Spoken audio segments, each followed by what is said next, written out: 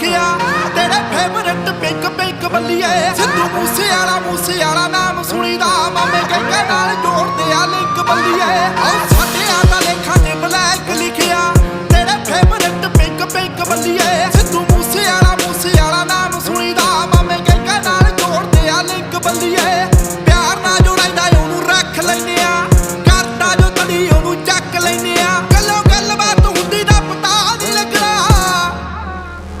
ਇੱਕ ਵਾਰੀ ਹੋਰ